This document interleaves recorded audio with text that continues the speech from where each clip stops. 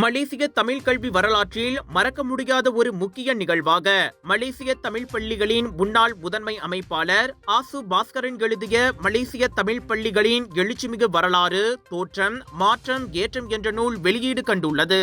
மலேசிய கல்வித்துறையில் 40 ஆண்டுகள் அனுபவம் பெற்ற பாஸ்கரன் இந்நூலின் மூலம் தமிழ் பள்ளிகளின் வளர்ச்சி மற்றும் பயணத்தை பதிவு செய்துள்ளார். நேற்று கில்லான் விண்டம் அக்மார் ஹோட்டலில் நடைபெற்ற இந்த நூல் வெளியீட்டு விழாவுக்கு மாய்கா தேசிய துணைத் தலைவரும் தாப்பா நாடாளுமன்ற உறுப்பினருமான டத்துஸ்ரீ எம் சரவணன் தலைமையேற்றார். முன்னாள் சுகாதார அமைச்சர் தான்ஸ்ரீ டாக்டர் எஸ் சுப்பிரமணியம், மூத்த அரசியல்வாதியும் தமிழ் ஆர்வலருமான தான்ஸ்ரீ கா குமரன், முன்னாள் துணை அமைச்சர் டத்தோ பி கமலநாதன், தேசிய நிலநிதி கூட்டுறவு சங்கத்தின் நிர்வாக இயக்குனர் டத்தோ பி சகாதேவன், மலேசிய தமிழ் பள்ளி வாரிய கூட்டமைப்பின் தலைவரும் முன்னாள் தலைமை ஆசிரியருமான டத்தோ கருராஜமாணிக்கம், மலாயா பல்கலைக்கழக முன்னாள் இணை பேராசிரியர் முனைவர் கிருஷ்ணன் மணியம் உள்ளிட்ட தலைவர்களும் பிரமுகர்களும் சிறப்பு வருகை புரிந்தனர். இந்நூல் எதிர்கால தலைமுறைகளுக்கு மலேசிய தமிழ் பள்ளிகளின் வரலாற்று தடங்களை நினைவாக பதிவு செய்யும் ஓர் ஆவணமாகும் என மலேசிய தமிழ் பள்ளிகளின் முன்னாள் முதன்மை அமைப்பாளர் பாஸ்கரன் வணக்க மலேசியாவிடம் கூறினார். இந்த நூலானது மலேசியாவில் உள்ள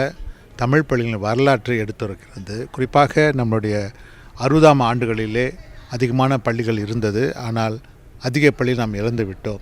அதெல்லாம் நான் பட்டியலிட்டு தோன்றி மறைந்த பள்ளிகளாக 123 பள்ளிகளை அடையாளம் கண்டு பட்டியலிட்டிருக்கின்றேன். அதை தவிர்த்து சில பள்ளிகள் வேறொரு பள்ளியோடு இணைக்கப்பட்டிருக்கின்றது. அது ஒரு 65 பள்ளிகள். இதெல்லாம் வரலாறு. இதெல்லாம் அடுத்த வர தலைமுறை தெரிந்து கொள்ள வேண்டும் என்பதற்காக இது பதிவு செய்திருக்கின்றேன். அதோடு மட்டுமல்ல, இந்த தமிழ் பள்ளிகள் இந்த அளவுக்கு வெற்றிகரமாக இருந்து தமிழ் பள்ளியும் காப்பாற்றி வந்திருக்கின்ற முன்னோர்கள் நாம் நினைத்து பார்க்க வேண்டும். நமக்கு முன்னிருந்த அத்தனை தமிழ் உணர்வாளர்களுக்கு இந்த வேலையில் நன்றி தெரிவிக்க வேண்டும். அதே வகையிலே அந்த புத்தகத்திலே பல அதிகமான தலைவர்களை, தமிழுக்காக செய்த தலைவர்களை நாம் நன்றி கூறும் வகையிலே இடம் செய்திருக்கின்றேன். பிறகு ஏறக்குறைய 44 பள்ளிகள் இடம் மாற்றப்பட்ட பள்ளிகளாக இருக்கின்றன. வேறொரு இடத்திலிருந்து அதிகமாக இந்தியர் வாழும் இடங்களுக்கு இடம் மாற்றப்பட்ட பள்ளிகள், அதையும் நான் பட்டியலிட்டிருக்கின்றேன். பிறகு நம்முடைய பள்ளிகள் அதிகமாக பள்ளிகளும் தமிழ் பெயர்கள் கொண்ட பள்ளிகள் குறைவாக தான் இருக்கின்றது. 528 பள்ளிகளிலே 52 பள்ளிகள் மட்டும் தமிழ் பெயர்கள் கொண்ட பள்ளிகள். மற்ற பள்ளிகளெலாம் அவங்க தமிழ் பெயராக மாற்ற முடியும். அதற்கான வழிவகைகளை, அதுக்கான அனுமதியை அரசாங்கம் வழங்குகின்றது, கல்வி அமைச்சு. அது அவர்கள் செய்ய வேண்டும் என்ற ஒரு எண்ணத்தில் தான், ஒரு நினைவாகத்தான் இதை நான் பதிவு செய்திருக்கின்றேன். தமிழ் பள்ளியில் படித்த பிரபலங்கள், இந்த பள்ளிகளில் படித்து உயர்நிலையில் அடைந்த தலைவர்களை சில பேர் இதில் இடம்பெற செய்திருக்கின்றேன். இளம் தலைமுறைகளை பார்த்து அமைச்சர்களாக, பெரிய பெரிய பணக்காரர்களாக உயர்ந்திருக்கின்றவர்களுடைய அடிப்படை தமிழ் பள்ளியில் தான் என்று அவர்களுக்கு தெரிந்து கொள்ள வேண்டும் என்ற முறையிலே அதை பதிவு செய்திருக்கின்றேன். இறுதியாக இந்த தமிழ் கல்வி தொடங்கி இந்த நாட்டில் 200 ஆண்டுகளை முன்னிட்டு 200ஆம் ஆண்டு தமிழ் கல்வி கொண்டாட்டங்கள் நடைபெற்றது. 2016, 17 2 ஆண்டுகளில் ஏற்கனவே 13 நிகழ்ச்சிகள் நடந்தது. அதில் அது முக்கியமான தமிழ்நாட்டிலே நம் நாட்டு 200 ஆண்டு தமிழ் பள்ளி வளர்ச்சியை அங்கு சென்று அறிமுகப்படுத்தியது தான் மிக முக்கியமான நிகழ்வு. அதோடு மட்டுமல்ல, மதுரையில் ஒரு கல்லூரி வளாகத்தில் 200 ஆண்டுகள் மலேசியாவில் தமிழ் கல்வி வளர்ந்ததை முன்னிட்டு 200 மரக்கன்றுகளை நட்டோம். இது போன்ற அதிகமான பணிகளை செய்தோம். இது நம்மளுடைய வெற்றி. அதை நான் இறுதியாக பதிவு செய்திருக்கின்றேன்.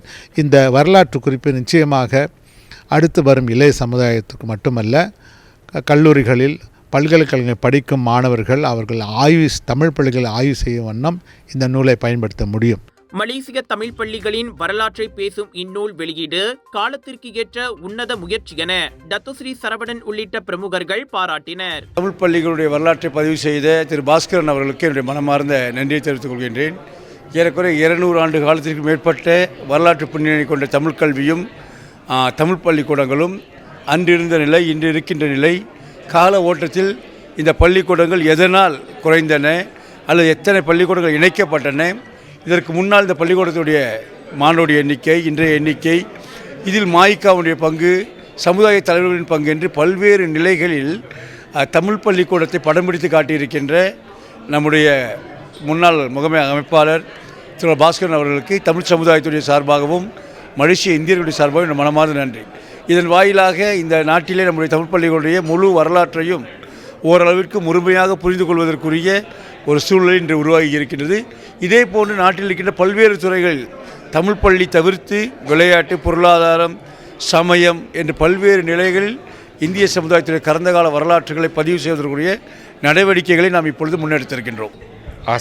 முன்னாள் ஆசிரியர் திரு பாஸ்கரன் அவர்கள் வெளியிட்ட புத்தகம் மிக மிக முக்கியமான ஒரு புத்தகம் தான் கூற விரும்புகின்றேன். ஏனென்றால் அந்த காலகட்டத்தில் குறிப்பாக நான் கல்வி அமைச்சர் துணை அமைச்சராக பணிபுரியும் போது பல நல்ல திட்டங்களை உருவாக்கணும். அந்த திட்டங்களை ஒவ்வொரு திட்டங்களும் சிறப்பாக எழுதி அந்த காரணங்கள், நோக்கங்கள் எல்லாம் தெளிவாக எழுதியிருக்கின்றார்.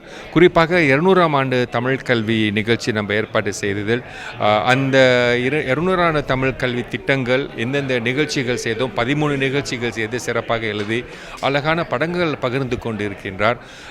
தமிழ் பள்ளிக்கூட மேம்பாட்டு முன்னாள் பிரதமர் doctor Sri Najib Tun Razak தலைமைத்துவத்தில் அறிமுகமான புதிய தமிழ் பள்ளிக்கூடங்கள், இணை கட்டடம், புதிய கட்டடம், கட்டுமான வேலைகள், அந்த திட்டங்களும் நல்லா சிறப்பாக எழுதி கொண்டு இந்த புத்தகம் படிக்கிறதோட ஒவ்வொரு தமிழ் பள்ளிக்கூடத்தில் மட்டும் இல்லாமல் ஆசிரியர்கள், மாணவர்கள் எடுத்துக்கொண்டு வருகின்ற காலத்தில் நம் தமிழ் பள்ளிக்கூடத்தின் சரித்திரத்தை தெளிவாக எழுதி கொண்டிருக்கின்றார். இவ்வேளையில் ஆசிரியர் பாஸ்கரன் அவர்களுக்கு நான் நன்றி கூற விரும்புகின்றேன். ஏனென்றால் மலேசியா இந்திய காங்கிரஸுக்கும் தமிழ் பள்ளிக்கூட மேம்பாட்டுக்கும் எவ்வளோ உறவு இருக்கின்றது, அது தெளிவாக இந்த புத்தகத்தில் நாம் காண்கின்றோம். புத்தகம் ஒரு ஆவண இந்த நாட்டில் தமிழ் பள்ளியோட வரலாறை தெளிவாக எழுதுகிற ஒரு ஆளுமையை காமிச்சிருக்காரு. பொதுவாக அவர் அரசாங்கத்தில் வேலை செஞ்சனால ஒரு பெரிய ஒரு வாத்தியாராக இருந்து பெரிய ஒரு incharge of the education ministry அந்த அளவுக்கு இருந்தவர் எழுதும்போது அந்த தரவுகள் ரொம்ப தெளிவாக வச்சுருக்காரு. இது ஒரு நீண்ட காலத்துக்கு ஒரு ஹோப், அதாவது ஒரு நல்ல ஒரு வழிகாட்டியாக இருக்கும். ஹோப் மட்டும் இல்லை, ஏன்னா அதில் பார்க்கும்போது தமிழ் பள்ளி உடனே போயிடுற மாதிரி சிலர் பேசுகிறாங்க. இந்த நாட்டில் தமிழர் இருக்கிற வரைக்கும் தமிழ் பள்ளி இருக்குன்ற ஒரு உந்துதலையும் ஒரு சக்தியும் கொடுக்குற மாதிரி இந்த புத்தகம் இருக்குன்றது என்னோட சொந்த எண்ணம். இந்நூல் மாணவர்கள் உள்ளிட்ட அடுத்த தலைமுறைக்கு மட்டுமின்றி ஒட்டுமொத்த சமுதாயத்திற்கே பொக்கிஷம் என வந்திருந்த ஆசிரியர் பெருமக்கள் சிலரும் கருத்துரைத்தனர். இன்றைய மலேசிய தமிழ் கல்வி அல்ல தமிழ் பள்ளிகளின் எழுச்சிமிகு வரலாற்று இந்த புத்தகத்தை டாக்டர் ஸ்ரீ சரவணன் அவர்கள் வெளியீடு செய்திருக்கிறார்கள். அது எழுதியவர் ஆசு பாஸ்கரன் அவர்கள். இந்த புத்தகத்து உண்மையிலேயே ஒரு தமிழ் பள்ளிக்கூடம் மட்டுமல்லாது மலேசியாவுக்கு, இந்த உலகத்திற்கு ஒரு ஆவணமாக இருக்கிறது. ஏன் ஆவணம் சொன்னாக்கா, நம்ம எப்பயும் ஆவணப்படுத்துவதில் நம்ம பின்தங்கி இருக்கின்றோம். ஆனால் அந்த ஆவணப்படுத்துவதில் இன்று ஒரு முக்கியத்துவம் கொடுத்து 209 ஆண்டுகள் நமது தமிழ் கல்வி இந்த நாட்டில் இருப்பதற்கான ஒரு அடையாளத்தை ஏற்படுத்தியிருக்கிறார்கள். இந்த நூல் வெளியீடு மலேசிய தமிழ் பள்ளிகளின் எழுச்சிமிகு வரலாறு.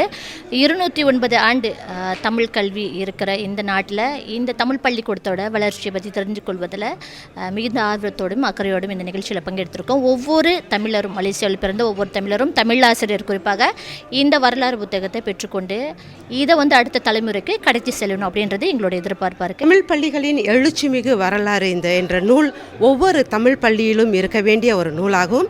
அது மட்டுமல்லாமல் ஒவ்வொரு தமிழர் குடும்பத்திலும் இருக்க வேண்டிய ஒரு பெட்டகம் என்றே நான் கூறுவேன். ஏனென்றால் இதில் அடங்கி இருக்கும் அந்த வரலாறு பல ஆண்டு காலத்தோட வரலாறாக இருக்கின்றது. இதை வரலாறு மறைந்து கொண்டு, அதாவது தமிழர்களின் வரலாறு மறைக்கப்பட்டு வருகின்ற இந்த காலகட்டத்தில் இது போன்ற ஒரு ஆவணத்தை நமக்காக கொடுத்த ஐயா ஆசு பாஸ்கரன் அவர்களுக்கு நன்றியை பதிவு செய்கின்றோம். இந்நிகழ்வில் அறிஞர்கள், ஆசிரியர்கள், மாணவர்கள், எழுத்தாளர்கள் மற்றும் தமிழ் ஆர்வலர்கள் என சுமார் 80 பேர் கலந்து கொண்டனர்.